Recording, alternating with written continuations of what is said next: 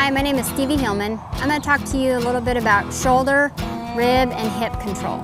There are three completely different parts on your horse. And I think sometimes people get confused with just their front end and their hind end, but we've got to remember they have that rib cage there that you use a lot too. So I'm just going to show you on the barrel. You've got, you know, my biggest thing on these colts is to use this hip to push their front end.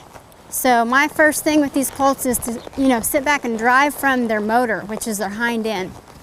A lot of times it's habit, and it's very common to see people get out over them and steer that front end. We steer their head, we steer their neck, and sometimes they steer their shoulder, but a lot of times it's just their face and their neck.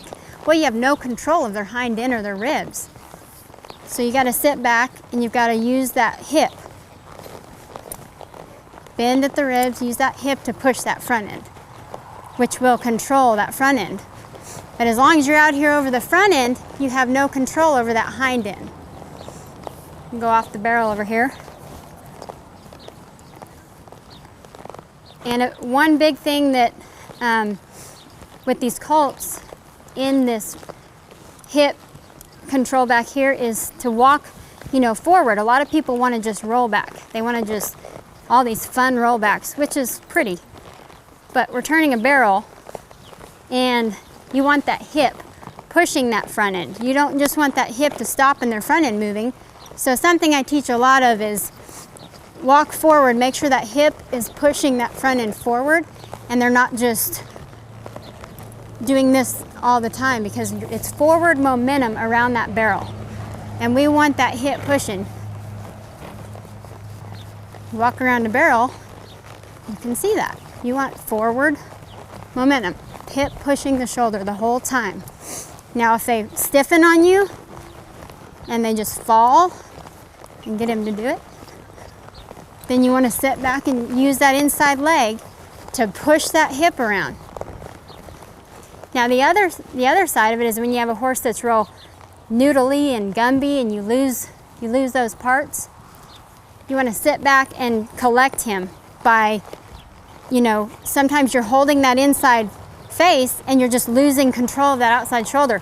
Well, straighten up your reins and get that outside pressure to bring that horse's body back together and keep him collected. It's really important to make sure it's not you out over your horse here and pulling on his face and you're just having this control up top, that you're sitting back, driving from his hip, and ask him to push forward because that drives those shoulders. And a lot of times, like I've had a real stiff horse that'll run in there and just be flat and real stiff, so make sure that you're doing drills where you've got shoulder control, you've got hip control, and you're bending at the ribs when you move forward. You're squeezing those ribs to be able to keep them bent. Some horses have that style and you just got to go with it, but make sure you're doing the fundamentals of helping them become the best they can become.